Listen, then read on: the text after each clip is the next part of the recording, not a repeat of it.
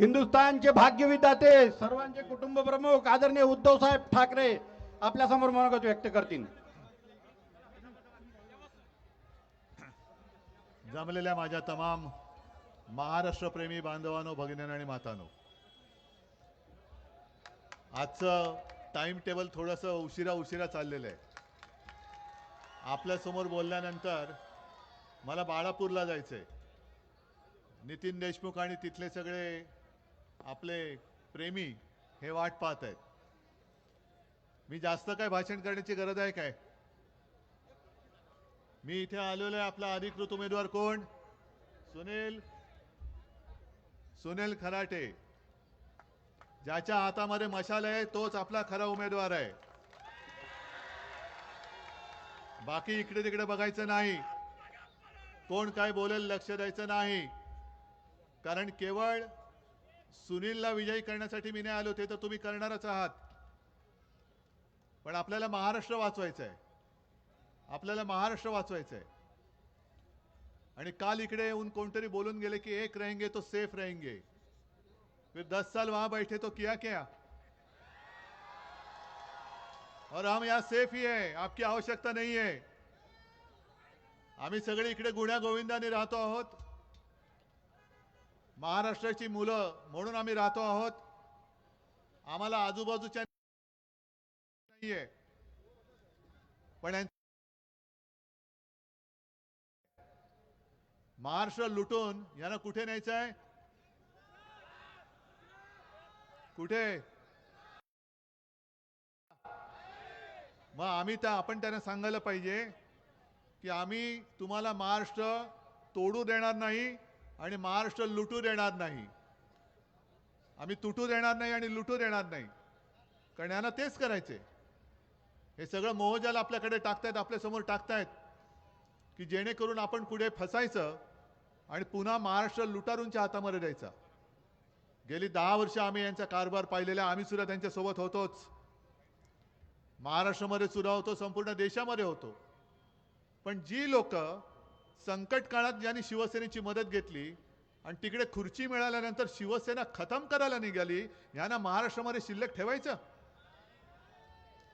काय? आपल्या सरकारने वाईट काय केलं होतं? मी मुख्यमंत्री होतो, मी प्रत्येक ठिकाणी जातो आणि खुलेआम विचारतोय। इकडे सुद्धा मला कल्पना नाही काही शेतकरी आले असतील, आलेत ना? मग मी जी केली होती, आता मी थोडंसं अहंकाराने बोलतो की मी जी केली होती ती कर्जमुक्ती तुम्हाला मिळाली होती की नव्हती? मिळाली होती ना। आता जे मी म्हणतोय ते मी केलीच नव्हती, तुम्हीच केली होती, कारण तुम्ही आशीर्वाद दिले होते म्हणून मी करू शकलो होतो। आणि पैसे मी काय माझ्या खिशातले नव्हते दिले, तुमचेच पैसे होते। मी माझं कर्तव्य केलं, मी काय उपकार केले नव्हते। आणि आता काल मुंबईमध्ये राहुल गांधी पण आले होते, खरगे साहेब होते, शरद पवारजी होते, मी होतो, बाकीचे सगळे आपले मित्र पक्ष होते। एक पंचसूत्री जाहीर केली, पोचली तुमच्यापर्यंत, काल संपूर्ण टीव्हीवरती दाखवली। आता हा पंचसूत्रीचा कार्यक्रम आहे, जाहीरनाम्याचा कार्यक्रम आहे, मी सुद्धा खिशामध्ये घेऊन आलेलो आहे। आज सकाळी उशीर जो झाला निघायला, कारण आपल्या शिवसेनेचा वचननामा, जे तुम्ही मला प्रेम देतात, अनेक जण मला सांगतात की उद्धवजी तुम्ही आमच्या कुटुंबातल्या सारखे आहात, तुम्ही आमचे कुटुंब प्रमुख आहात, म्हणून मी एक वचननामा दिलेला आहे, स्वावलंबी महाराष्ट्र आणि सर्वोत्तम महाराष्ट्र। माझा महाराष्ट्र कसा पाहिजे? स्वावलंबी पाहिजे। दिल्लीकडे भिकेसाठी हात पसरणारा नको, दिल्ली माझ्या महाराष्ट्राकडे आली पाहिजे। आणि माझा महाराष्ट्र हा स्वावलंबी आहेच आणि तो सर्वोत्तम मला करायचा आहे। म्हणून आपण जे मला कुटुंब प्रमुख मानता, तो कुटुंब प्रमुखाचा वचननामा म्हणून मी हा एक वचननामा दिलेला। हा वाटतो छोटासा, ह्याच्या पाठीकडे एक QR कोड आहे, हा सगळीकडे वाटल्यानंतर सुनील तुम्हाला पण मी देईन, सगळ्यांना वाटा। तो QR कोड स्कॅन केल्यानंतर आपल्याला सविस्तर वचननामा मिळेल। पण या वचननाम्यात आहे तरी काय? एक तर पहिल्या प्रथम मी जे जाहीर केलं होतं दसरा मेळाव्यात, कारण यांच्याकडनं काय चाललेलं आहे की आपले जे आदर्श आहेत ते पुसून टाकायचे, आपले संस्कार मारून टाकायचे, आणि मग काय मोदी शहांचे संस्कार घेऊन महाराष्ट्र पुढे जाईल असं तुम्हाला वाटतं? मंदिरं कोणाची बांधायची? मोदींची मंदिरं बांधायची। आम्ही प्रत्येक जिल्ह्यात छत्रपती शिवाजी महाराजांचं मंदिर बांधणार आहोत. आले तिकडे मुस्लिम बांधव पण आहेत, पट्टे की नाही रे तुम्हाला? कारण सगळ्यांना सोबत घेऊन जाणारा तो आपला राजा, त्यावेळेला जे संकट आलं होतं त्या संकटाचा मुकाबला कसा करायचा, माता भगिनींचं रक्षण कसं करायचं, आणि गरिबाच्या भाजीच्या देठालाही हात लागता कामा नये हा आदेश देणारा, आज्ञापत्र देणारा आमचा राजा हा देव होता. नाही तर कोण होता? आमचे देवच आहेत ते. पण देव म्हटल्यानंतर मंदिर नुसतं घंटा वाजवणारं मंदिर नसेल, तर ते मंदिर म्हणजे एक संस्कार पीठ असेल. राज्य कसं करायचं, राजा म्हणजे काय असतो, आणि जाहीरनामा तरी काय. आज जी मी याच्यात वचनं दिलेली आहेत ती बघा ना. प्रत्येक जिल्ह्यात छत्रपती शिवाजी महाराजांचे भव्य आणि देखणे प्रेरणादायी मंदिर बांधणार, संस्कार पीठ तिकडे बांधणार. त्याच्यानंतर शेतकऱ्यांचं नुकसान होऊ न देता शेतकऱ्याला हमी भाव मिळालाच पाहिजे, शेतकऱ्याला हमखास भाव दिलाच पाहिजे, तो देणार. पण तो दिल्यानंतर ज्या 5 जीवनावश्यक वस्तू आपल्याला लागतात जेवणासाठी, खास करून माता भगिनींना मला सांगायचे की तुम्ही सगळं बाकी सगळं ठीक आहे, पण आपले वडील आहेत, यजमान आहेत, मुलं आहेत, घरी आल्यानंतर सांगतात आई मला भूक लागले काहीतरी दे. काय देणार? महागाई एवढी वाढते, हे सगळं आवाक्याच्या बाहेर चाललेलं आहे. मग जीवनावश्यक ज्या 5 वस्तू आहेत, मग त्याच्यामध्ये तेल आलं, साखर आले, तांदूळ, डाळ, गहू, या 5ही जीवनावश्यक वस्तूंचे भाव शेतकऱ्याचं नुकसान होऊ न देता आम्ही स्थिर ठेवून दाखवल्याशिवाय राहणार नाही, हे माझं वचन तुम्हाला आहे. या सगळ्या गोष्टी याच्यात आहेत. आरोग्यासाठी आहे, शिक्षणासाठी आहे. जसं मुलींना आज आपण मोफत शिक्षण देतो आहोत, तसंच मी माझ्या महाराष्ट्रातल्या मुलांना सुद्धा मोफत शिक्षण देणार, हे सुद्धा माझं वचन आहे. आरोग्यासाठी सुद्धा जी जीवनावश्यक औषधं आहेत ती सुद्धा मोफत द्यायची आहेत. महिलांची जी आता एक चालले ना योजना, ती सुद्धा आम्ही 1,500ची 3,000 करणार आहोत. अनेक शिकलेले तरुण बेरोजगार आहेत, त्या बेरोजगारांना काम मिळेपर्यंत दर महिन्याला 4,000 रुपये आपण देणार आहोत. सरकारी कर्मचाऱ्यांना जुनी पेन्शन योजना लागू करणार आहोत. या सगळ्या गोष्टी जर का तुम्ही पाहिलात, तर गाडगे बाबांनी जो आपल्याला एक दशसूत्रीचा कार्यक्रम दिला होता तो वेगळा काय होता?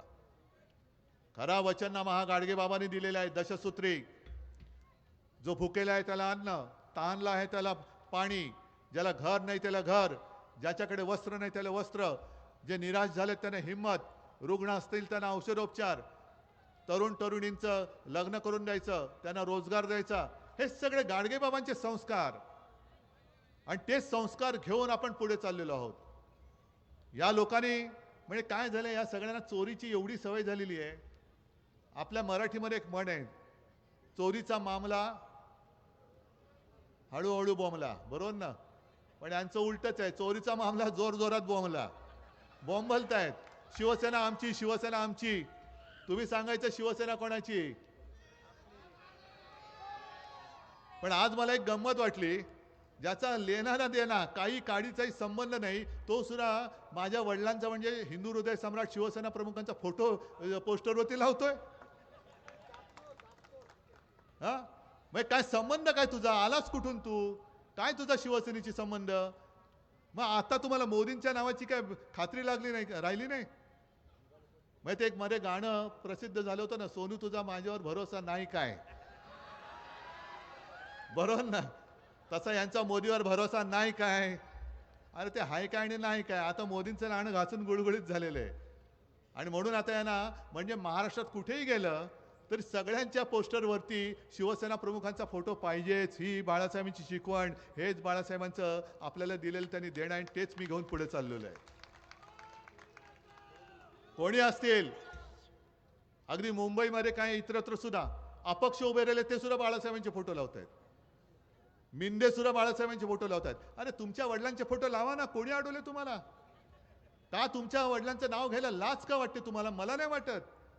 मी अभिमानाने सांगतो, माझ्यावरती घराणेशाहीचे आरोप झाले आणि मी आहेच, घराण्याची परंपरा घेऊन मी पुढे चाललेलो आहे. माझ्यावरती आरोप झाले तरी सांगतो मी हिंदू हृदय सम्राट बाळासाहेब आणि माझ्या माचा मी पुत्र आहे, अभिमानाने सांगतो. अहो यांना यांच्या वडिलांचं नाव लावायला लाज वाटते, आणि तुम्हाला काय नाही देणार, काय नाही देणार. आजपर्यंत त्यांनी ज्या काही तुम्हाला भूलतापा मारल्या होत्या, अगदी 2014 साली आम्ही फसलो होतो. 19ला पण फसलो होतो, पण एकदा फसलो, दोनदा फसलो, परत परत फसायचं. आम्हाला विचारलं जातं की ह्या तुम्ही सगळ्या गोष्टी देत आहात, हे कसं काय करणार? म्हटलं मी करून दाखवलेलं आहे. 2 लाखापर्यंतची कर्जमुक्ती मी करून दाखवलेली आहे. शिवभोजन 10 रुपयामध्ये मी देऊन दाखवलेलं आहे. करोना काळामध्ये शिवभोजन तर काही काळासाठी मोफत दिलेलं होतं. आपत्तीग्रस्तांना मदत मी दिलेली आहे. म्हणजे मी करून दाखवलंय आणि म्हणूनच मी सांगू शकतो की हे मी करून दाखवणार आहे. जे परत शेतकऱ्यांना कर्जमुक्त करण्याचं वचन दिलेलं आहे ते करून दाखवणार आहे. आणि आजपर्यंत जर आपल्या सरकारने गद्दारी करून पाडलं नसतं तर कदाचित निवडणुकीच्या आधी मी शेतकऱ्यांना पुन्हा एकदा कर्जमुक्त करून टाकलं असतं. पुन्हा करून टाकलं असतं, कारण माझं काहीच नाहीये. तुम्ही अन्नदाते आहात. जग संपूर्ण जे काही चालतं, जगातली जी काही युद्ध चालतात, मारामारी चालते, ती 2 घासासाठी तर चालते. आणि करोना काळामध्ये संपूर्ण अर्थचक्र ठप्प झालं असताना महाराष्ट्राला जर का कोणी वाचवलं असेल तर ते माझ्या अन्नदाते शेतकरीने वाचवलं. कारण शेतकरी लॉकडाऊन त्याला करू शकत नव्हतो. शेतकऱ्यांनी जर वर्क फ्रॉम होम केलं असतं तर आपल्या सगळ्यांची बॉम्ब झाली असती.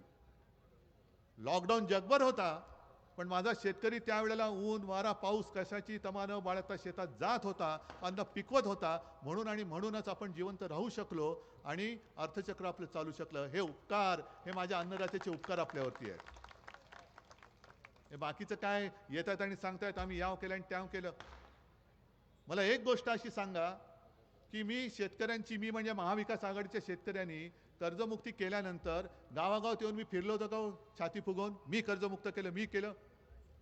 मग हे कसे फिरतायत?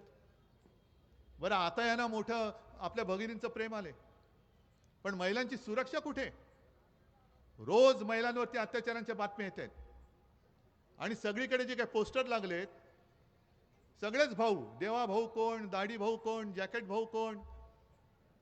मग यांच्यामध्ये एवढी भाऊ गर्दी झाली की भाऊबंदकी होण्याची वेळ आलेली आहे. म्हणून मला वाटतं योगींनी सांगितलं की एक रहेंगे तो सेफ रहेंगे, नाही तो लोग जूते मारेंगे. हे त्यांना तिघांना सांगितले, एक रहो सेफ रहो, नाही तो जूते खाओ. ही घोषणा पुढची द्यायला ते विसरले. पण त्या तिन्ही भावांना सांगतोय की तुम्ही तिन्ही भाऊ मिळून, जर तुम्हाला काही लाज लज्जा शरम राहिली असेल ती नाहीच आहे, पण बदलापूरमध्ये ज्या चिमुरडीवरती अत्याचार झाला त्या चिमुरडीच्या आईच्या हातामध्ये तुम्ही 1500 रुपये देण्याचं धाडस दाखवू शकता? काय तिला 15 रुपयाचं कौतुक? मुलीचं आयुष्य उद्ध्वस्त झालं. ती आई, तिचे वडील पोलीस स्टेशनवर बसले, तासन तास बसून राहिले, खोळंबून ठेवलं. पोलीस तक्रार घ्यायला तयार नाही. का? कारण असं म्हणतात की ते जे कोणी होते सगळे ते यांच्या भाजपचे संबंधित होते, असं तिकडे बोललं जाते. मग कारभार करायचा कसा? विश्वास ठेवायचा कोणावर? आपण सगळे संस्कार विसरून चाललेलो आहोत. सगळं जे काय आपल्याला कर्तव्य आहे, मी जे सांगितलं ना गाडगे बाबांचं, हे गाडगे बाबांनी दिलेले संस्कार हे आपण पुसून टाकतो आहोत. आणि दुसरे कोणाचे तरी आदर्श जे नाहीच आहेत, मुळामध्ये फुकट गेलेली माणसं आहेत, त्यांना आदर्श म्हणून मानणार असू तर मग आपला देश संपला म्हणून समजा. आपला देश संपला. आणि म्हणून मी मुद्दामून आलोय. गेल्या वेळेला लोकसभेला मी तसा इकडे आलो नव्हतो. एकच सभा जेमतेम हॉलमध्ये आपण घेतली, ती काय सभा म्हणता येणार नाही. पण तरी देखील अमरावतीकरांनी कमाल केली आणि आपल्या हक्काचा माणूस, एक साधा माणूस तिकडे दिल्लीमध्ये पाठवला. हेच मला आता पाहिजे. पहिल्या प्रथम काँग्रेस, शिवसेना आणि राष्ट्रवादीने एकत्र येऊन लोकसभा लढली होती आणि ती तुम्ही जिंकून दाखवलीत, म्हणून तुम्हाला मी शतशः धन्यवाद द्यायला आलेलो आहे. हीच एकजूट मला या विधानसभेत पाहिजे. खरं म्हटलं तर अमरावती लोकसभा पारंपरिक म्हटलं तर शिवसेनेची. गेल्या वेळेला एक काहीतरी झालं आणि कोणतरी तुमच्या डोक्यावर बसलं, त्यांचं भूत तुम्ही उतरवलं.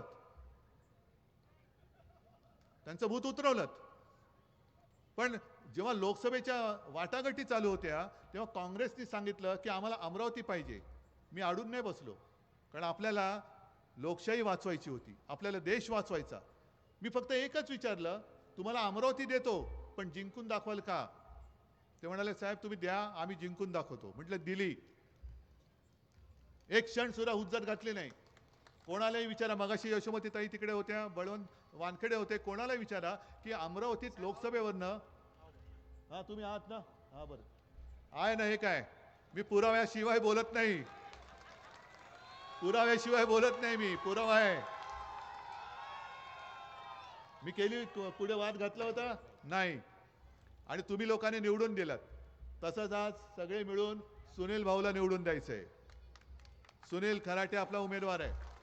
बाकी कोणी काही अफवा पसरेल त्याच्याकडे लक्ष देऊ नका, कारण अपक्ष उभे राहतील, बंडखोर उभे राहतील, आणि योगी म्हणतात तेच होईल.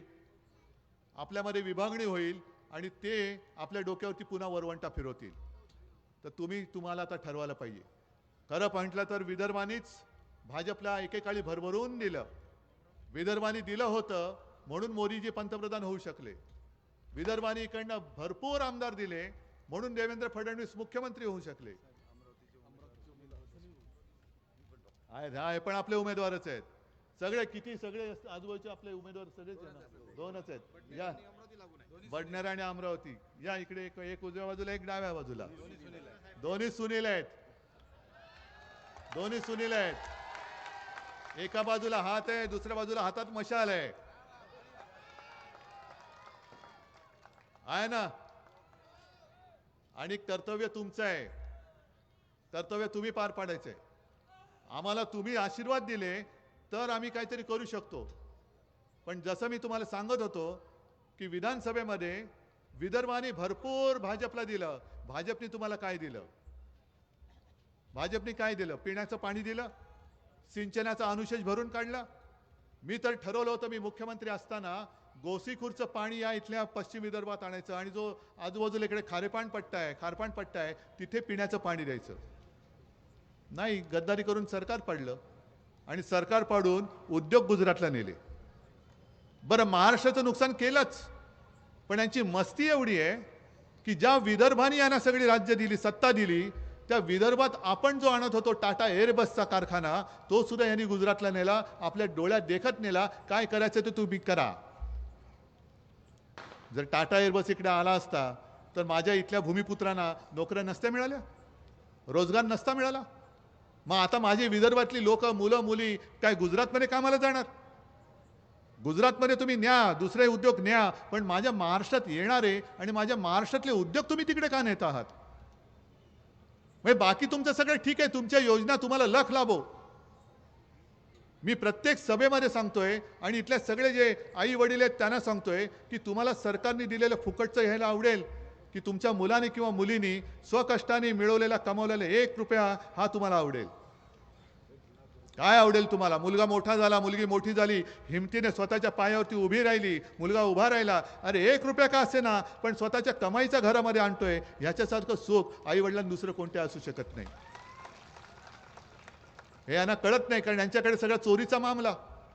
स्वतःच्या कमाईचं काही नाही, ना विचार ना काही संस्कार. दुसऱ्याचे वडील चोरायचे, दुसऱ्याचे विचार चोरायचे, दुसऱ्याचा पक्ष चोरायचा, दुसऱ्याची निशाणी चोरायची आणि चोर बाजार मांडायचा. आणि चोर बाजारातल्या वस्तू तुम्हाला द्यायच्या. आम्हाला चोर बाजारातल्या वस्तू नको आहेत. आम्हाला आमच्या हक्काच्या वस्तू पाहिजेत. हक्काची कमाई आम्हाला पाहिजे. शेतकरी सुद्धा भीक मागत नाही. शेतकरी त्याचा हमखास भाव मागतोय. आम्ही भाव मागतो आहे. सोयाबीनला आपण आपलं आघाडीचं सरकार असताना 10 ते 12 हजार रुपये भाव होता की नव्हता? मी जाहीर विचारतोय, पत्रकारांच्या समोर विचारतोय, होता तर हो सांगा, नाही तर नाही सांगा. कापसाला भाव होता की नव्हता? नुकसान भरपाई मिळत होती की नव्हती? बरं, आता पीक विम्याचे पैसे मिळत आहेत. 2 कोटी नोकऱ्या देणार होते मोदीजी. अमरावतीत किती कोटी किंवा किती लाख किंवा किती हजार किंवा किती शेकड्यांना नोकरी मिळाली? मग काहीच नाहीये. मग हा सगळा खोट्यांचा बाजार हा पुन्हा विदर्भ चालून घेणार का? विदर्भाने जर का ठरवलं, फक्त एकट्या विदर्भाने, बाकी महाराष्ट्र तर सोबत आहेच, पण विदर्भ हा भाजपने थोडासा एक संभ्रम निर्माण केला आणि विदर्भाला आपल्या बाजूने केलं होतं. यावेळेला विदर्भ जसा लोकसभेमध्ये विदर्भाने भाजपला धडा शिकवला, यावेळेला मी तर म्हणेन भाजपचा एक सुद्धा आमदार, मिंध्यांचा एक सुद्धा आमदार, दुसऱ्या कोणत्याही पक्षाचा एक सुद्धा आमदार पूर्ण विदर्भात येता कामा नये. इकडे संपूर्णपणे वरपासून खारपर्यंत, पूर्व ते पश्चिम विदर्भ, जिथे जिथे शिवसेना, काँग्रेस आणि राष्ट्रवादीचे उमेदवार हात तुतारी फुकणारा मावळा आणि हातात धगधगती मशाल घेऊन उभे आहेत, ते सगळे विजयी झाले पाहिजेत. आणि तुम्हाला सुद्धा मी सगळ्यांना विनंती करतोय की तुम्ही सगळेजण मी बाळासाहेबांची मशाल, धगधगती मशाल, मी हा खोटा कारभार जाळून टाकणार म्हणजे टाकणारच, हा निश्चय करून मैदानात उतरा. आणि सुनील खराटे आणि आपल्या दुसऱ्या सुनील भाऊंना सुद्धा प्रचंड प्रचंड प्रचंड मताधिक्याने निवडून द्या. आणि तशी तुम्ही ती माझी विनंती पूर्ण कराल हा विश्वास बाळगतो आणि आपली रजा घेतो. जय हिंद, जय महाराष्ट्र.